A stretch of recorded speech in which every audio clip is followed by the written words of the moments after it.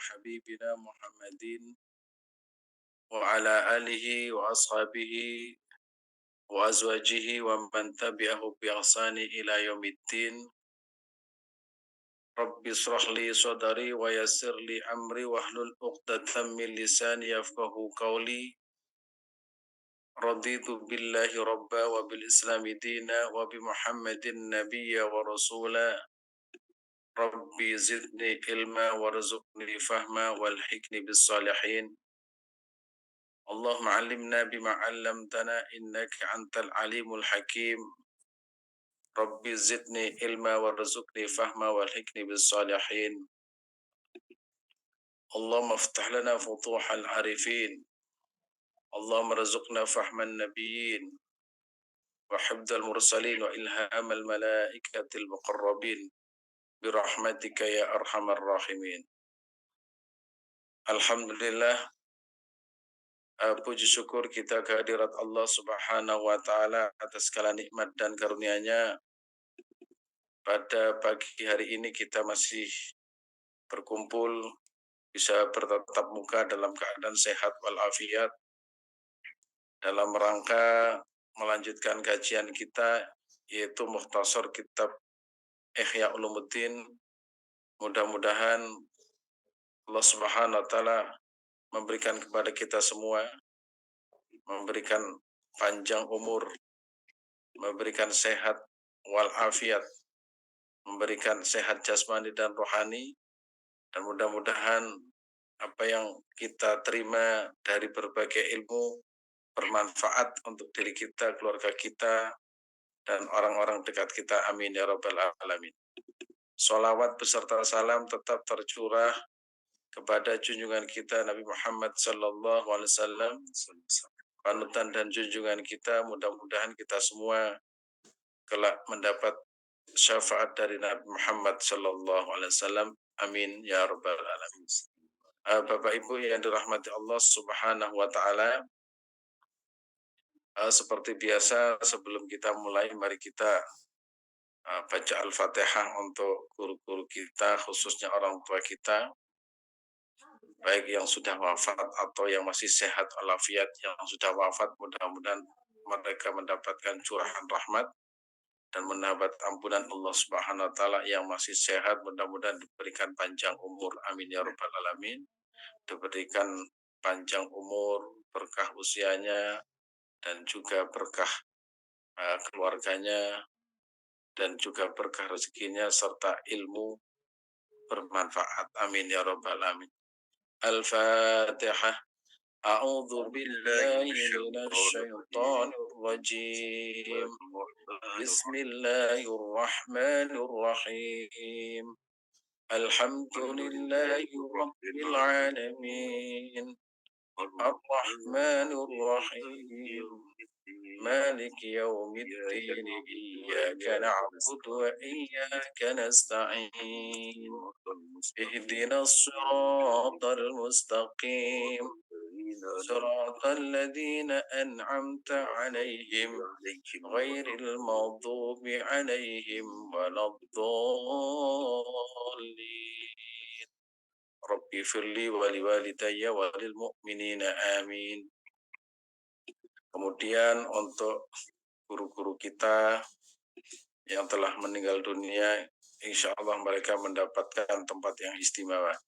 Dan berikutnya itu untuk anak-anak kita yang sedang menuntut ilmu dimanapun berada, mungkin cucunya juga, ya, mudah-mudahan mereka diberikan kemudahan di dalam mendapatkan ilmu yang manfaat, diberikan kecerdasan intelektual dan spiritualnya, mendapatkan ridho dari gurunya.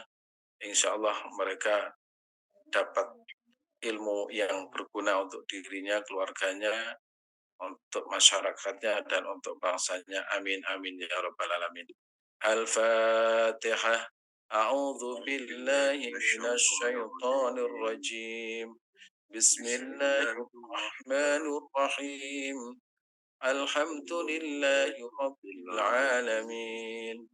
Ar-Rahmanir Rahim. مالك يوم الدين إياك نعبد وإياك نستعين اهدنا الصراط المستقيم صراط الذين أنعمت عليهم غير المغضوب عليهم ولا الضالين رب اغفر لي ولوالدي وللمؤمنين آمين.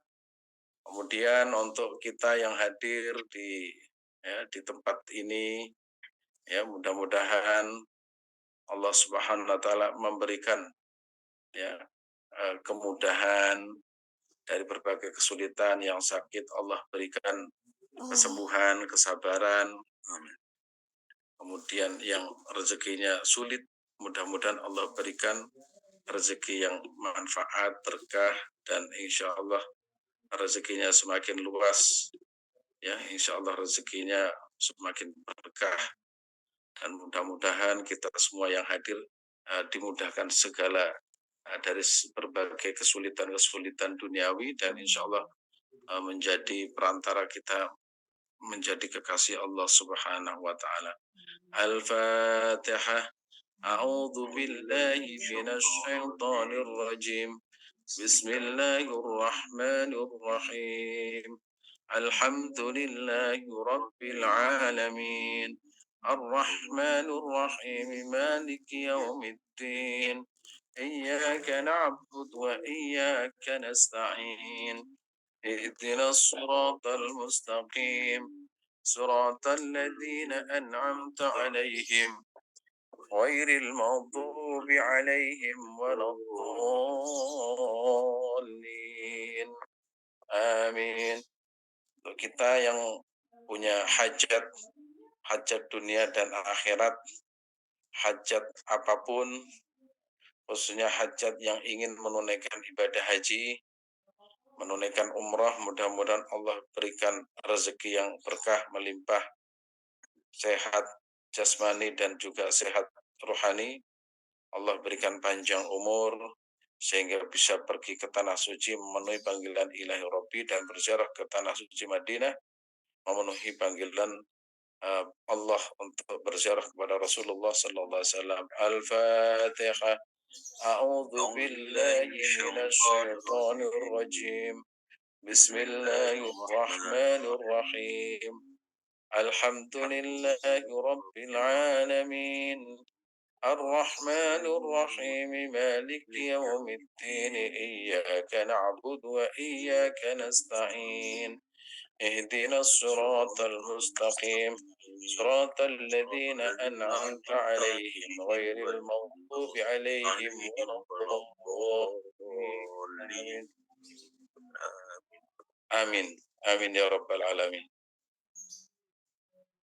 Bapak Ibu yang dirahmati Allah Subhanahu wa taala, kita akan lanjutkan tentang bersuci ya. Ini masih kaitannya dengan bersuci ya. Jadi Imam Al-Ghazali rahimahullah itu betul-betul sangat mendetail tentang masalah bersuci, yaitu tentang etika ya. Faslun fi taharatil ahdath. Pasal yang menerangkan tentang bersuci dari hadas. Bersuci dari hadas. Bismillahirrahmanirrahim. Qala al-muallif rahimallahu wa nafa'ana bihi wa bi ulumihi fid dharain amin. Faslun fi taharatil ahdath. Pasal yang menerangkan bersuci dari hadas. Nah, sebelum kita berwudu, ternyata ada hal yang harus dilakukan, yaitu biasanya tidak satupun manusia di muka bumi kecuali hadas. Hadas itu ada dua, hadas kecil dan hadas besar. Jadi manusia ya, kalau hidup di dunia ini, kalau punya hadas kecil, maka cara membersihkannya yaitu dengan mandi ya, dan wudhu. Kalau kecil dengan wudhu, kalau besar dengan mandi. Dan keinginan dari Imam Al-Ghazali membahas secara khusus yaitu bagaimana bagaimana cara dan etikanya membersihkan dari hadas tersebut. Bismillahirrahmanirrahim. Qala al-muallif rahimahullah wa nafa'ana bih wa hiya al-wudu. Pertama yaitu wudu. Ya, kemarin sudah kita bahas tentang keistimewaan wudu. Ya, kita juga harus tahu bagaimana kaifiyah itu apa? Tata cara wudu. Ya. Kemudian wal ghuslu dan juga mandi. Jadi kita harus bisa mandi. Nah, karena ternyata tidak semua orang itu bisa mandi dengan baik. Kalau hanya sekedar mandi, ya tinggal masuk kamar mandi, kemudian tinggal airnya seperti apa. Kalau di desa ya tinggal loncat di sungai, itu namanya mandi. Ya, kalau kemudian di rumahnya masing-masing, bagaimana cara mandi itu nanti kita bahas. Kalau di Indonesia itu mungkin tidak masalah karena banyak air, bisa yang punya kolam itu tinggal loncat di kolam, ya, yang tidak punya kolam depannya sungai tinggal loncat di sungai, itu bisa seperti itu. Tapi kalau orang tertentu kalau airnya itu terbatas, ya, zaman Nabi itu airnya kan juga terbatas, itu bagaimana caranya dan bagaimana bisa memaksimalkan. Kemudian at-tayammum, ya, tayamum itu alternatif jika tidak ada air. Ya, jika tidak ada air. Nah, tentu saja bagi orang Indonesia itu tayamum itu mungkin tidak pernah, ya, kita tidak pernah tayamum. Ataupun kalau pernah tayamum itu dalam hidupnya itu mungkin bisa dihitung dengan jari. Atau tidak pernah sama sekali karena memang sepanjang hidup kita itu air itu tidak ada masalah. Tapi bagi orang Arab sejak dulu hingga sekarang itu namanya air itu bermasalah. Ya, bermasalah karena mereka hidup di padang pasir sehingga mereka itu ketika ingin mendapatkan air bagi mereka itu sangat susah. Maka beruntunglah kita, air juga banyak, apalagi juga di daerah tertentu, ya, yang menjadi sumber air. Juga kalau tidak ada air dalam kondisi tertentu bisa tayamum, debu juga banyak. Pokoknya Indonesia itu apa yang tidak ada. Ya. Kemudian di situ taqaddamu hal istinja, tapi diawali dengan istinja. Nah, ini setelah Imam Al-Ghazali menyebutkan wudu, al-ghuslu, at-tayammum, ya. Yang dimaksud di sini adalah wudu, mandi, tayamum yang didahului dengan beristinja. Nah, istinja itu apa? Ya, istinja itu kalau kita buang hajat di kamar mandi, di toilet atau kalau zaman Nabi itu kalau buang air rata-rata itu di padang pasir. Nah, bayangkan itu di padang pasir. Nah, itu kan betapa zaman dulu itu, ya, terjadi kesusahan di dalam masalah ini. Kalau kita itu Masya Allah, ya, kalau di kampung itu di mana itu di sungai, itu di sungai itu kalau saya pulang ke Jember itu di mana di Lumajang itu di sepanjang sungai itu banyak yang seperti itu. Mungkin ada yang di Lumajang, Ibu Martini itu sungai itu. Nah, kalau di kampung-kampung itu di kebun-kebun, di hutan. Kalau kita di kota enggak sudah punya tempat masing-masing. Nah, di zaman Rasulullah Shallallahu Alaihi Wasallam itu sahabat itu banyak yang di padang pasir. Nah, tapi jangan ditiru, ya, jangan ditiru. Karena pada waktu itu memang kondisinya itu ya memang demikian. Ya, makanya ada aturan. Kalau di padang pasir itu seperti apa?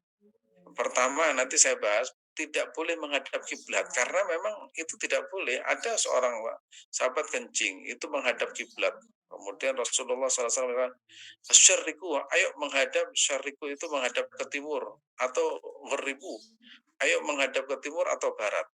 Nah, zaman Nabi kan ya, arahnya kiblat itu kan kalau Indonesia arah kiblat itu kan ke barat.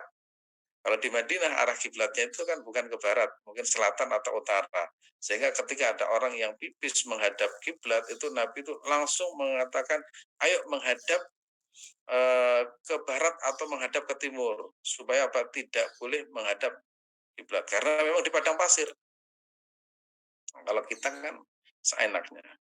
Kemudian Imam Nawawi ya, Imam Nawawi Al-Jawi ya dalam kitab Safinah itu mengatakan kalau kita di tempat di ruang itu kalau bisa ya kamar mandinya atau WC-nya itu kira-kira tiga tiro itu ya kira-kira 3 meter ya 3 meter itu berarti ya 3 meter.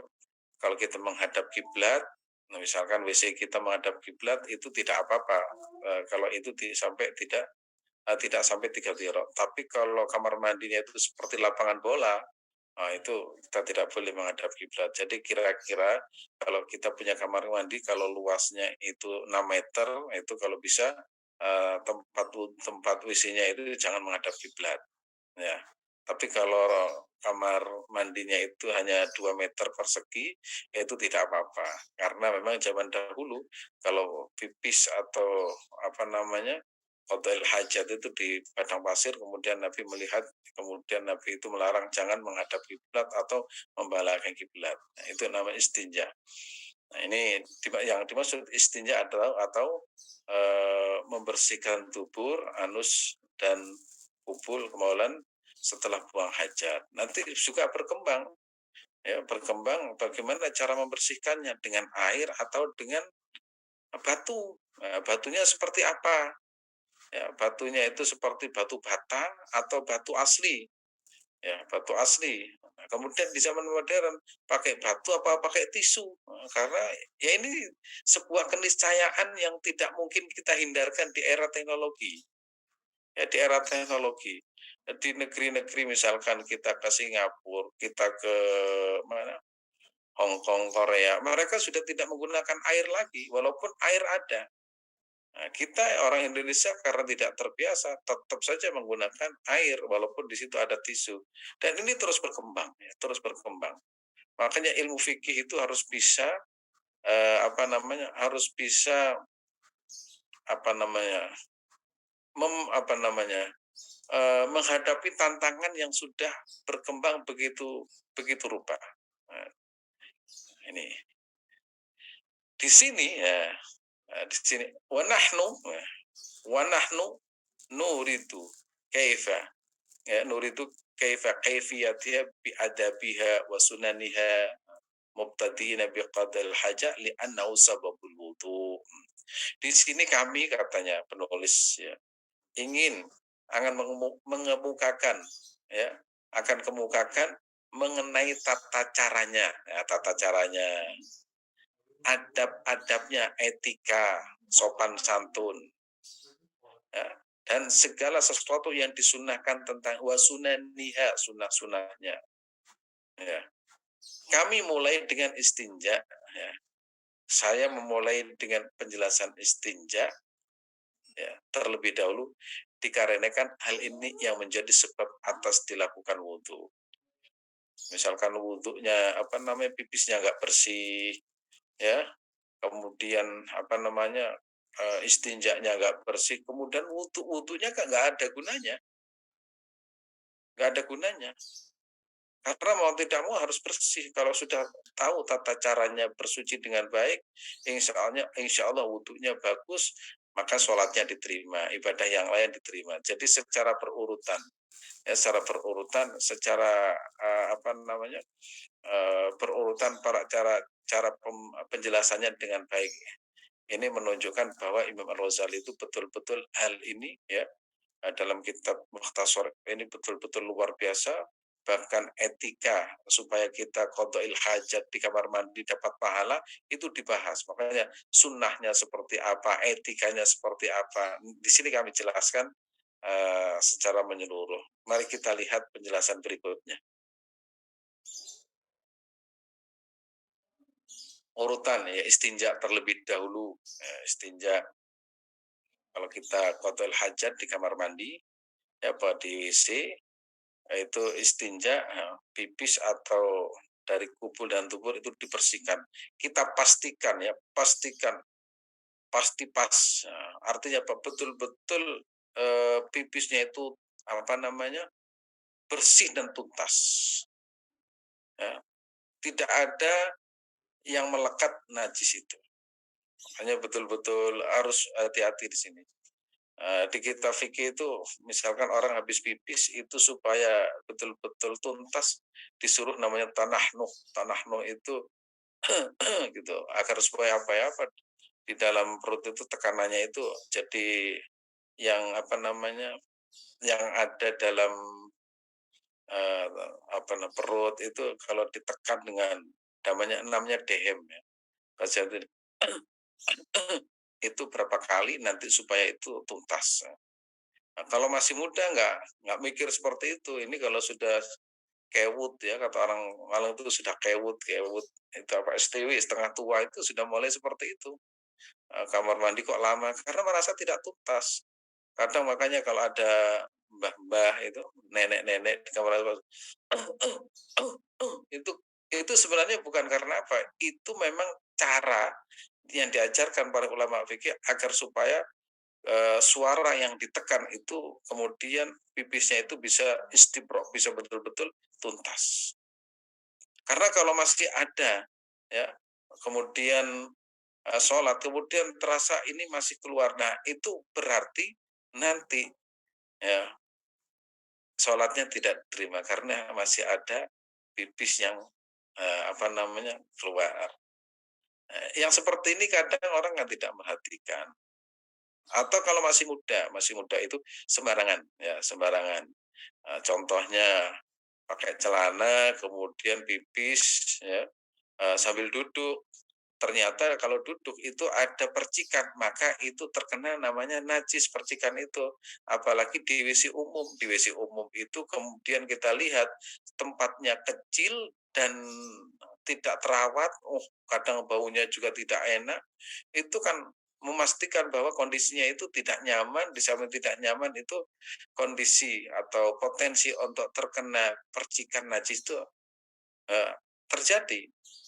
Sehingga nanti kalau laki-laki boleh berdiri tapi tujuannya apa? Supaya baju atau celana itu tidak terkena apa namanya cipratan ya, yang sangat lembut tidak tahu. Nah, ya seperti ini sebenarnya sederhana, tapi kadang orang tidak pernah berpikir secara mendalam tentang masalah ini. Jadi istinja itu sangat baru kemudian wudhu ya untuk hadas kecil, nah, kalau hadas besar harus mandi. Nah, kalau tidak ada air maka sebagai penggantinya adalah alternatifnya adalah tayamum. Nah, tayamum ini dalam kondisi apa? Darurat. Darurat air. Makanya tadi dalam mukadimah saya sampaikan kayaknya orang Indonesia itu nggak pernah darurat air. Nggak pernah darurat air karena kanan kiri air ya, depan air, kadang dalam rumahnya itu apalagi di Jakarta kalau musim hujan itu air itu sampai ke rumah-rumah, sampai ke kamar-kamar ya, karena banjir ya. Itu. Jadi istinja, wudhu, mandi, tayamum. Ini urutannya. Terus kita lanjutkan.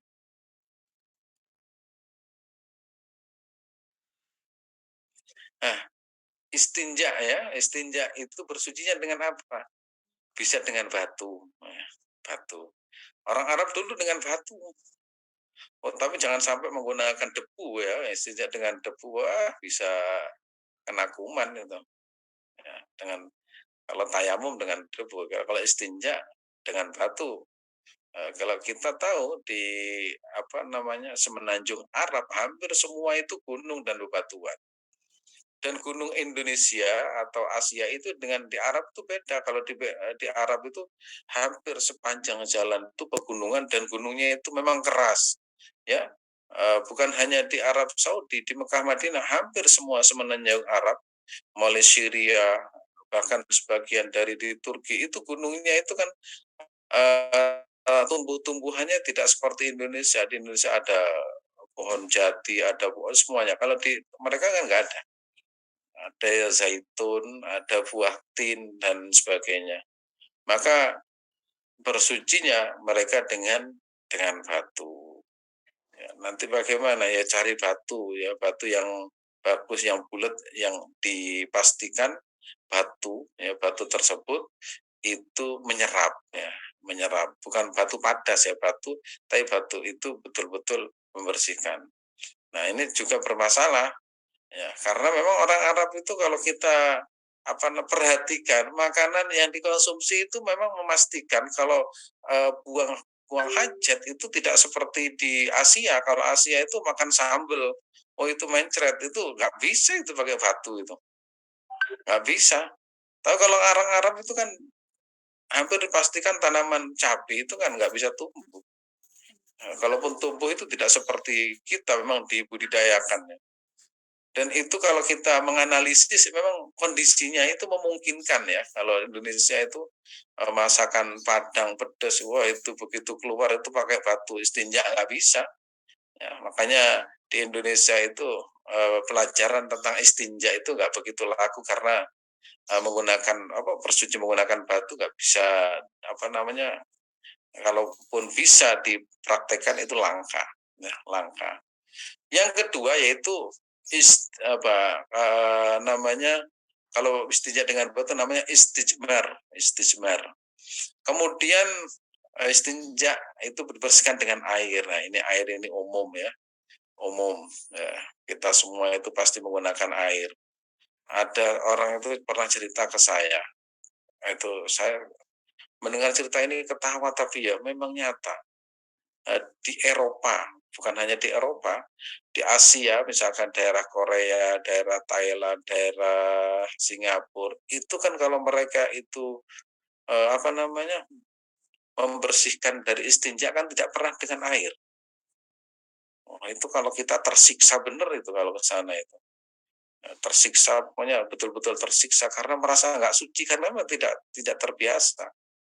Kemudian karena memang orang Islam itu dimanapun berada itu pakai air kalau bersuci.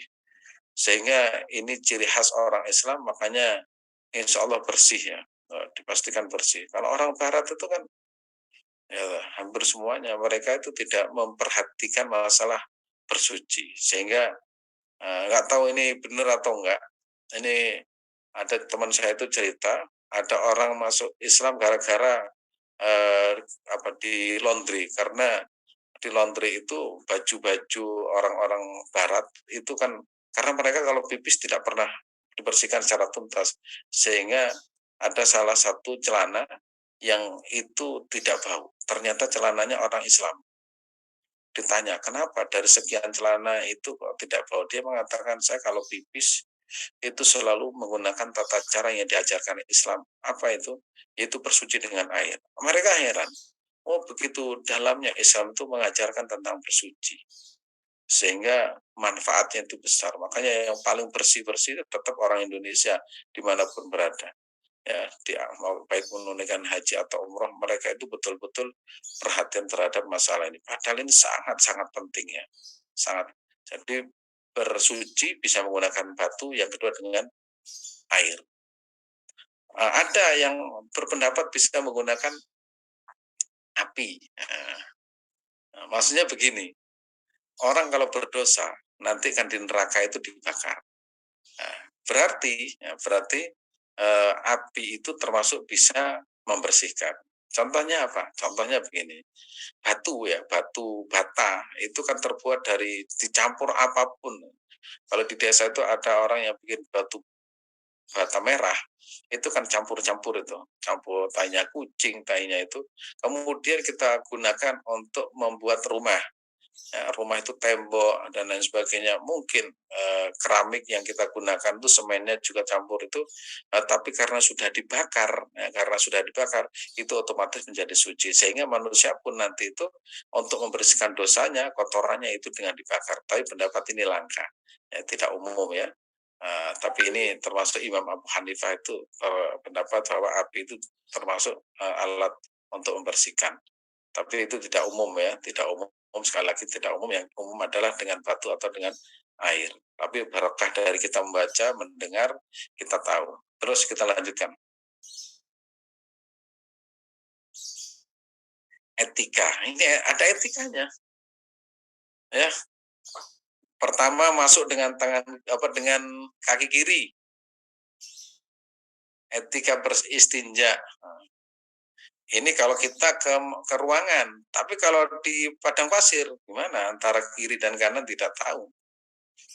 Nah, ini dipastikan normal ya. Normal artinya kita di kamar tertentu atau WC. Masuk dengan kaki kiri. Nah, sebelum masuk membaca doa. Membaca doa. Pasti Bapak Ibu hafal. Saya baca beberapa hari ini, saya mulai baca kitab namanya kitab Sahih Sunan At-Tirmidzi. Ya, itu disebut bahwa ada dukhulil khala, ya, bab menerangkan cara atau tata cara masuk al khala. Ternyata ada doanya, nanti kita baca bersama-sama dan harus hafal ya. Harus hafal karena doanya pendek ya. Doanya pendek. Nah, kalau doanya panjang nggak hafal. Jadi kita ingin mendapatkan pahala dari Allah Subhanahu wa taala itu melalui apa? Melalui hal yang sangat sederhana, yaitu ketika mau masuk WC sesuai dengan apa yang diajarkan Nabi, kaki kiri terlebih dahulu, kemudian berdoa terlebih dahulu, berarti telah melaksanakan apa yang telah dikerjakan oleh Nabi Muhammad SAW. Pahalanya sama dengan sunnah-sunnah yang lain, sama. Ini namanya sunnah. Ya, terus setelah sampai di dalam tidak menghadap kiblat. Nah, tapi dengan catatan kamar mandinya itu WC-nya itu luas, lebih dari 3 meter. Tapi kalau hanya 2 meter persegi itu menghadap kemana saja itu bisa. Tapi dipastikan kalau bisa itu tidak menghadap kiblat, ya, tidak menghadap kiblat. Ini yang tidak menghadap kiblat itu di tempat yang terbuka, yaitu seperti padang pasir, atau tidak membelakangi kiblat, ya, tidak membelakangi kiblat. Terus berikutnya tidak banyak berbicara. Wah, apalagi main HP di waktu di kamar mandi. Wah, ini kebangetan ini. Karena sekarang itu kadang apa ya? Di zaman ketika modern, di zaman teknologi itu kadang orang bisa melakukan apa saja di kamar mandinya karena kamar mandinya itu luas. Kemudian main HP di dalam kamar mandi sambil mandi dan sebagainya. Itu tidak beretika, itu tidak sesuai dengan tuntunan baginda Rasulullah Shallallahu Alaihi Wasallam. Nah, itu. Nah, berikutnya adalah tidak pipis di atas air tergenang. Ini air tergenang. Rasulullah SAW tidak mengajarkan orang pipis air yang diam. Jadi kalau ada air, kalau di kolam itu biasa, kalau di sawah dimanapun, kalau ada air itu berhenti ya. Air tergenang namanya. Itu kalau pipis manusia, laki-laki atau perempuan, jangan sampai pipis dengan, karena ketika air itu tergenang, tergenangnya tentu juga lama, dan ini kalau pipis, ya, pipis itu kalau mancur ya apa, itu otomatis nanti itu akan menjadi media penyakit untuk masuk. Kita lihat air ya, ikan yang hidup itu akan melawan arus. Jadi kalau orang pipis itu kan mesti ada durasinya. Karena pipisnya banyak itu otomatis kan mengalir itu kalau sampai pada air tergenang, nah itu akan menjadi media. Terus ada lagi, jangan sampai kita pipis di bawah pohon yang berbuah. Nah, misalkan punya pohon pohon pepaya atau pohon jeruk di depan rumahnya, tiap hari dikasih pipis. Wah, itu rasanya rasa pipis nanti itu. Dan itu diajarkan Rasulullah jangan seperti itu. Nah, jangan seperti itu. Nah, makanya Islam itu agama yang betul-betul menjaga, ya. Walaupun nanti pohon kates itu bagus, kemudian subur, wah tapi bahaya itu rasanya seperti itu nanti. Jadi jangan sampai di air tergenang, kemudian dan juga di bawah pohon yang mana pohonnya itu adalah berbuah. Kemudian ada lagi tidak saya sebutkan di sini, jangan pipis juga di lubang yang di dalamnya itu ada semut. Ada semut. Ya, dulu biasanya anak kecil zaman dulu ada lubang, ada semut dipipisi. Wah itu kasihan semutnya itu bilang itu tsunami gitu. Nah, itu tidak diajarkan oleh Rasulullah Sallallahu Alaihi Wasallam. Ya, tidak diajarkan oleh baginda Rasulullah Sallallahu Alaihi Wasallam. Pohon yang berbuah, kemudian lubang itu tidak diperkenankan, kemudian air yang tergenang itu tidak diperkenankan. Itu etika beristinja. Dan yang paling sering dilanggar masalah ini khususnya anak sekarang itu berbicara, apalagi di kamar mandi kadang bukan anak berbicara, di situ kadang itu nyanyi ya. Nah, itu kalau anak saya itu kalau rame, di kamar mandi jangan rame. Nah, di situ karena nanti ada doanya. Kenapa doanya itu? Allahumma inni a'udzubika minal khubuthi wal khaba'is. Khaba'is itu tempat setan. Sehingga kalau kita di kamar mandi, kalau tidak berdoa itu setan itu melihat. Ya, tentu saja dunia lain ya. Makanya kita harus berdoa kepada Allah Subhanahu wa taala agar supaya di kamar mandi itu betul-betul jadi ibadah ya. Bayangkan ya, kita beristinja nilainya itu ibadah kepada Allah Subhanahu wa taala. Kita beristinja itu nilainya mengikuti Nabi Muhammad sallallahu alaihi wasallam. Dan karena niatnya mengikuti Nabi Muhammad, akhirnya kita mendapatkan pahala karena apa? Karena mengikutinya. Bisa jadi kita istiqomah mengikuti Nabi Muhammad sallallahu alaihi wasallam dengan cara beristinja, akhirnya menjadi pahala dan kita masuk surga. Masalah seperti ini. Karena apa? Kita tahu ilmunya. Nah, orang kan mengatakan ibadah itu sholat, puasa, zakat. Mungkin tidak pernah berpikir kalau ternyata istinja itu adalah ibadah yang sangat agung diajarkan oleh baginda Rasulullah Sallallahu Alaihi Wasallam.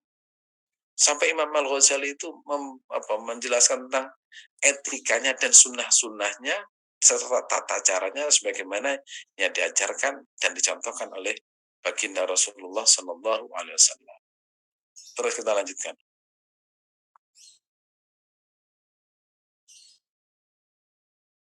Nah ini doanya. Allahumma inni a'udzubika minal hubuthi wal khaba'is. Allahumma ya Allah, ini sesungguhnya aku a'udzu memohon kepada Engkau. A'udzubika memohon perlindungan kepada Engkau ya Allah. Minal hubuthi ya. Dari godaan setan laki-laki dan perempuan. Makanya kalau kita doa, insya Allah setan nggak bisa melihat, tertutup. Ya kayak ada dinding yang bisa menutupi. Jadi aurat kita itu tidak dilihat oleh setan. Nah, ini kalau setannya melihat kan, kalau setan itu kan juga pencipta, ternyata sama auratnya. Oh itu kan malu. Setan kan ngomong dengan teman-temannya. Supaya tidak terlihat itu ya kita berdoa. Allahumma inni a'udzubika minal khubthi wal khaba'is. Kalau perlu ditempel di depan kamar WC-nya ya.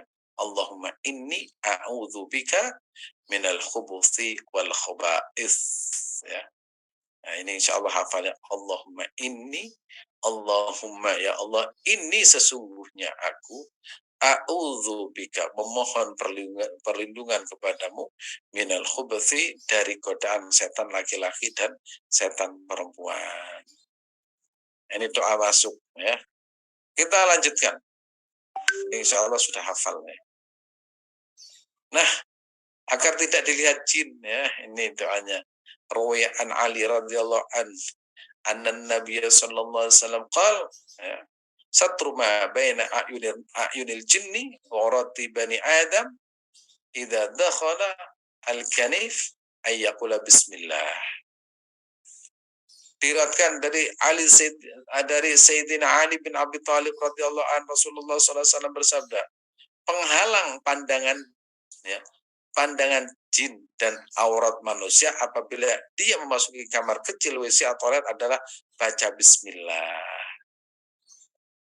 Riwayat At-Tirmidzi. Bismillah ya. Bismillah. Baru setelah itu Allahumma inni a'udzubika minal khubthi wal khaba'ith. Ya. Jangan mentang-mentang kemudian setan nggak lihat kita. Iya memang.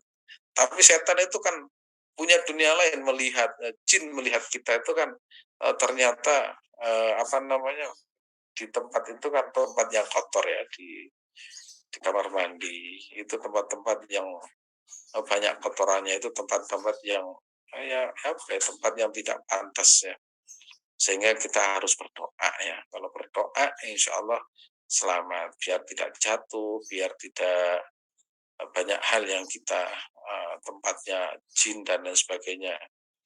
Ini doanya. Terus kita lanjutkan.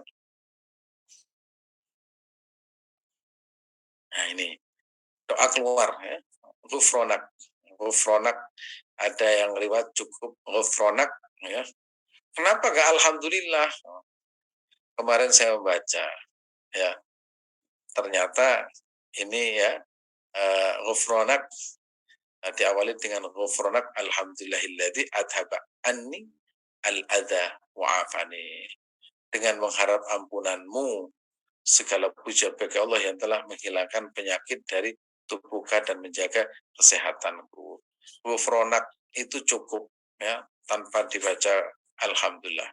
Kalau ingin lengkap, ghufronak alhamdulillahilladzi adhaba anni al-adha wa'afani. Kok ada al-adha? Al-adha itu apa? Wa'afani. Nah, kalau orang ya lancar buang buang hajatnya, insya Allah sehat ya. Salah satu tanda orang yang sehat itu lancar buang hajatnya, sehingga kalau buang hajat itu lancar, normal, itu sehat. Sehingga ya, setelah memohon ampunan kepada Allah Subhanahu wa taala, mengucapkan alhamdulillah, dengan kelancaran itu insya Allah tubuhnya itu menjadi sehat. Dengan mengharap ampunanmu, segala puji bagi Allah yang telah menghilangkan penyakit dari tubuhku dan menjaga kesehatanku. Makanya sampai ada orang itu minum ya, berbagai jenis obat agar lancar. Karena kalau sudah lancar, insya Allah itu tubuhnya normal. Kalau orang satu hari tidak keluar tidak keluar dari tubuhnya, itu menjadi masalah. Begitu juga kalau sering keluar sehari sampai 5 kali, itu namanya murus ya, murus. Nah, kalau sehari itu biasanya 2 atau menjelang subuh, itu berarti normal, insya Allah sehat walafiat. Sehingga kalau bermasalah, masalah 2 ini, tubuh kita itu bermasalah. Sehingga kan tidak ada ya orang bersyukur itu setelah apa namanya qadha'ul hajat. Oh, itu kalau orang ngerti itu kan nikmat luar biasa, nikmat. Sehingga bacanya setelah memohon ampunan kepada Allah Subhanahu wa taala yaitu alhamdulillah ya, memohon kepada Allah Subhanahu wa taala, memohon dirinya bersyukur atas nikmat tersebut. Alhamdulillahilladzi adhaba anni al-adha wa afani.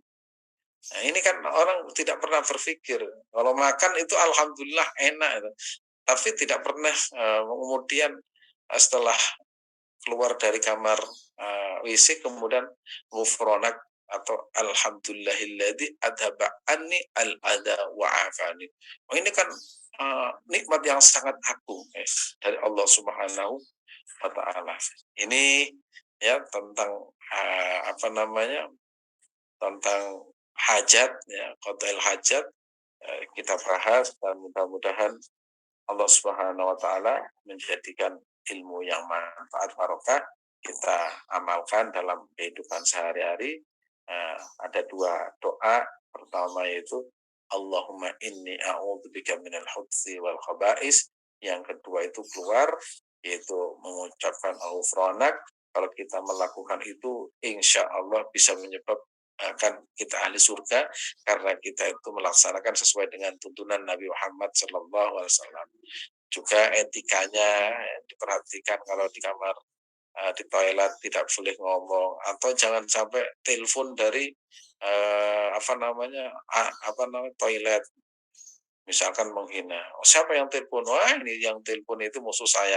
Biar saya telepon, saya terima di kamar mandi. Oh, jangan juga seperti itu. Nah, kalau saya terima telepon di tempat yang istimewa, itu terlalu mulia dia, maka saya terima. Ternyata ada orang yang seperti itu, ada. Itu temannya teman saya. Itu masih kuliah dulu. Dia itu nggak suka dengan orang Kristen, tapi ini nggak boleh ditiru ya, nggak boleh ditiru. Karena nggak suka terhadap orang Kristen, dia itu kalau pipis mau cari gereja. Loh, saya mau pipis, mana? Saya pipis di gereja saja. Jadi kalau mau pipis cari gereja. Ini santri ya, santri beling ini. Nggak boleh ditiru ini. Tapi namanya orang itu ya kan macam-macam ya. Kadang ternyata ada orang yang otaknya itu tidak pernah kita bayangkan cara berpikirnya seperti itu. Jadi setiap mau pipis itu mencari gereja, numpang katanya. Kenapa? Biar pantasnya gereja itu dipipisi. Ada juga orang yang seperti itu. Ini beling memang. Ya, mudah-mudahan barokah, manfaat. Ya, mudah-mudahan kita termasuk pencinta sunnah Nabi Muhammad, sekecil apapun kita ikuti. Terima kasih, saya kembalikan waktunya kepada Mas Watu.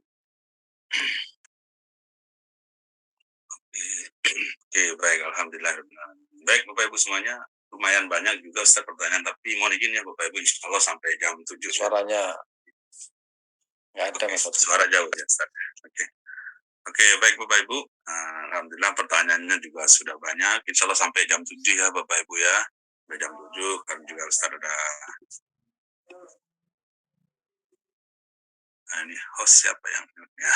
Oh, tidak bersuara Mas Watu ini. Ya Ustaz, halo. Oh, sudah. Oh, sudah Ustaz ya. Oke.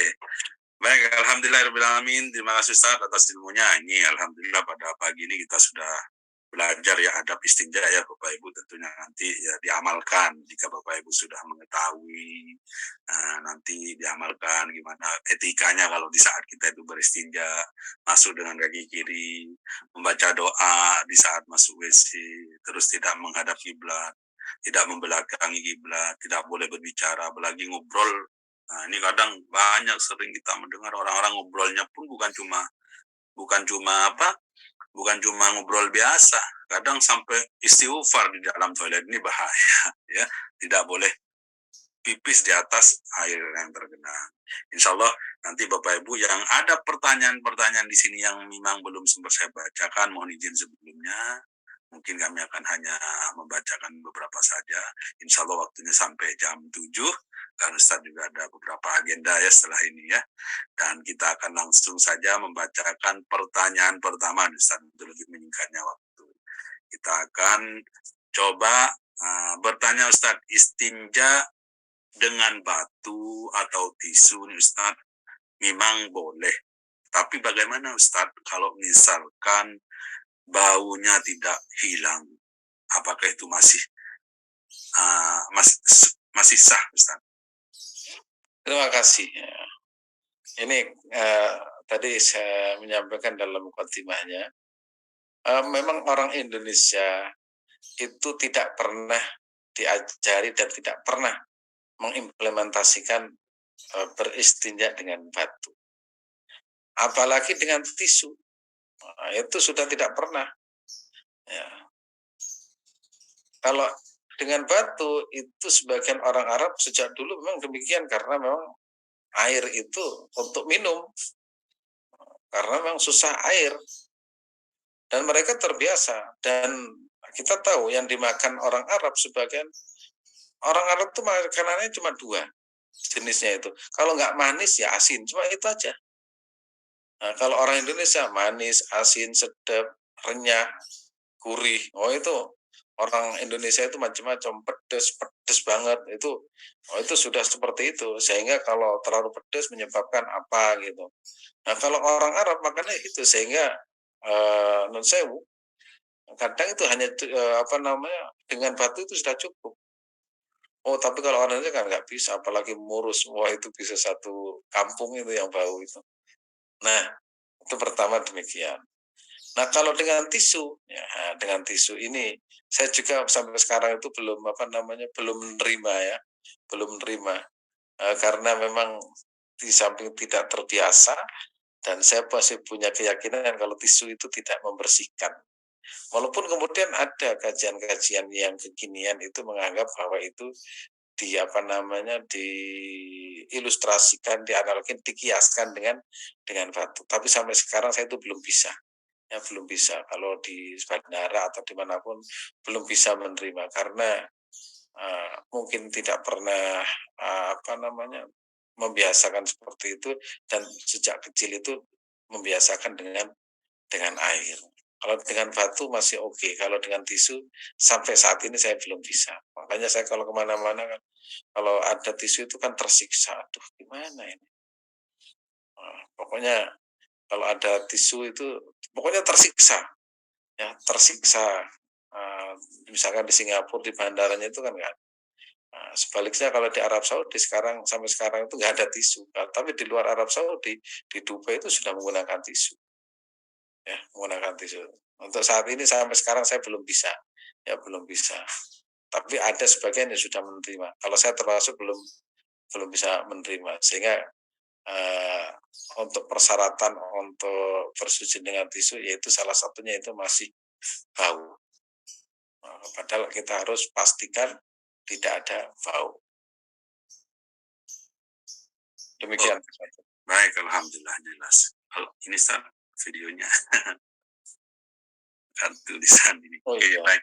Selanjutnya, pertanyaan selanjutnya terkait masalah kadang nih Ustaz, saya pernah melihat orang itu berwudu tidak membasuh kakinya, namun mereka hanya mengambil air yang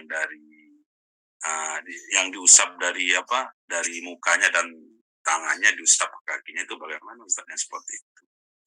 Nah, itu yang belum belum pernah belajar tentang toharoh itu. Makanya disuruh belajar toharoh. Saya sering melihat wudhu itu bukan minimalis, super minimalis. Apa wudhu itu cuma wajahnya diusap, kedua tangannya. Jadi wudhu gimana ini? Padahal air juga banyak. Memang karena memang tidak pernah diajarkan sejak awal ya, sejak kecil itu kita kalau punya anak, punya cucu, itu kalau perlu diajak bagaimana cara berwudu yang baik. Ayo wudhu, ya wudhu. Menurut saya bukan apa namanya. Ini pola saya. Itu sejak anak saya itu usia 2 tahun, itu sudah saya ajari wudhu. Jadi begitu mau tidur itu saya gendong kamar mandi itu saya wudhui. Wudhu gitu. Ini cara wudhu, mukanya, tangannya, kemudian itu. Tapi saya gendong. Itu saya mau sejak dulu. Sehingga sampai sekarang kalau mau tidur otomatis wudhu. Wudhunya saya perhatikan. Mana wudhunya kok itu lengannya itu kok masih masih belum basah itu. Dalam masalah ini saya memang ketat karena itu akan menjadi pelajaran kalau dia itu menjadi seorang ayah dan punya anak dan punya cucu. Itu diawali dari kita. Kalau kita perhatian seperti itu, insya Allah sampai anaknya, sampai cucunya itu akan menjadi panutan. Jadi karena pertama untuk membangun membentuk akhlak itu kan ada 3 hal ya. Pertama yaitu keteladanan, yang kedua itu kebiasaan, yang ketiga itu evaluasi. Ya, keteladanan berarti dari kita, pembiasaan itu harus terus menerus continue, yang ketiga itu evaluasi. Dan saya termasuk yang model seperti itu. Sejak kecil usia 2 tahun itu saya gendong, saya wudhui ya seperti itu. Sehingga itu akan melekat. Jadi kenangannya itu melekat saya dulu sejak kecil seperti itu. Kalau dari awal seperti insya Allah akan melakukan. Tapi kalau tiba-tiba dewasa, itu tadi wudhu ya saya selalu perhatikan kakinya hanya diusap ya kan itu bukan termasuk wudhu sehingga wudhunya tidak benar, tidak sah, sehingga sholatnya itu tidak benar. Artinya tidak sah. Tapi jangan kemudian ekstrim, wudhunya salah, nanti kamu masuk neraka. Oh, bisa nggak sholat besoknya. Ya, ya pelan-pelan. Zaman Rasulullah itu diberikan, beginilah Rasulullah. Sayyidina Utsman bin Affan begitu. Lihat orang wudhu kok seperti itu, kemudian begini loh caranya berwudhu, diajari ya. Memang tujuannya belajar itu seperti itu, menjadi panutan bagi murid-muridnya. Gitu Mas Batu. Oke. Apa masih ada satu lagi terakhir apa? Ya, satu. Satu lagi terakhir ya. Nah, ini pertanyaan yang mungkin ini apa pernah dialami atau pernah dilakukan oleh Bapak Cepi nih ya. Saat berenang Ustaz, airnya pipis di kolam renang itu bagaimana hukumnya untuk orang lain? Apa kan banyak itu airnya. Jadi obat. Apalagi yang renang selanjutnya sampai ketelan-telan ya diminum ya. Ya nggak apa-apa, itu apa namanya air yang jumlahnya banyak seperti di kolam renang itu termasuk air suci dan mensucikan, walaupun di situ ada 100 anak kecil pipis di dalamnya, karena pertama tidak merubah warnanya, kedua tidak merubah rasanya ya, kemudian yang ketiga itu baunya juga tidak berubah. Tapi pastikan jangan di situ, kasihan nanti ya, kasihan yang perenang berikutnya. Tapi bisa jadi obat lah kira-kira gitu. Jadi yang gatal-gatal bisa sembuh atau semakin gatal, kita nggak tahu. Bisa dua itu Ustaz. Ya, yang gorengan bisa sembuh atau tambah jadi. Iya. Oke. Tapi tetap saya pastikan itu sah. Kalau misalkan digunakan wudhu, itu tetap wudhunya itu suci, air suci dan mensucikan ya. Tapi masalah etika itu yang apa namanya yang harus diperhatikan. Ya. Kalau di sungai nggak apa-apa lah. Kalau di sungai itu airnya itu kan mengalir. Ya, di sungai kemudian di lautan, nah itu tidak apa-apa itu. Tapi kalau di kolam airnya hanya itu saja. Oh itu kasihan yang di belakangnya itu. Itu bisa gudikan itu, apa gudikan itu. Oke, baik, cukup jelas ya Bapak ya. Baik, alhamdulillah. Pertanyaan terakhir tadi kan memang Ustaz sekarang juga ada acara ya. Mari kita untuk lebih abdolnya Ustaz, ditutup dengan doa Ustaz, silakan. Terima kasih, mohon maaf ini saya mendapat kebagian berdoa di wisuda Universitas Negeri Malang. Jadi jam 8 itu harus standby untuk wisuda ke 118 pas hari Sabtu, sehingga harus berangkat lebih awal ya. Dan mudah-mudahan Bapak Ibu senantiasa sehat walafiat. Mohon maaf tadi terlambat. Itu saya lupa menyimpan menyimpan tulisannya di mana itu. Saya cari-cari ternyata singitan itu menyelinap ya. Mudah-mudahan sehat semua, berkah lahir dan batin, ilmu kita berkah, keluarga kita berkah, rezeki kita berkah, insya Allah Allah panjangkan usia kita semua, sehingga Allah berikan kemudahan untuk pergi ke tanah suci Mekah. Amin ya Rabbi. Bismillahirrahmanirrahim. Allahumma salli ala Sayyidina Muhammad wa ala ali Sayyidina Muhammad kama sallaita ala Sayyidina Ibrahim wa ala ali Sayyidina Ibrahim fil alamin innaka Hamidun Majid. Allahumma salli ala Sayyidina Muhammadin salatan tuwassi'u biha alaina al-arzaq wa tuhassinu biha lana al-akhlaq wa ala alihi wa sahbihi wa sallim. Allahumma salli ala Sayyidina Muhammadin salatan ننال بالسر حفظ القرآن والعمل به وارزقنا منه علما منيرا وسلم تسليما كثيرا.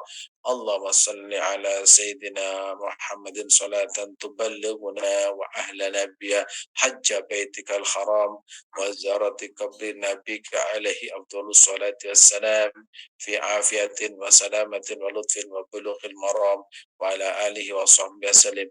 اللهم صل على سيدنا محمد الفاتح لما أغلق والخاتم لما سبق ناصر الحق بالحق والهادي إلى صراطك المستقيم على آله وصحبه حق قدره ومقدار العظيم. اللهم صل على سيدنا محمد النبي الأميين المبعوث رحمة العالمين صلاة تفرج بها من أمور ديننا ودنيانا وأخرانا وعلى آله وصحبه وسلم. اللهم صل على سيدنا محمد صلاة ترفع بنا عنا عطاءنا والطاعون وسائر أنواع بلاء يكن يا الله يا من أمر بين الكاف والنون وعلى آله وصحبه وسلم.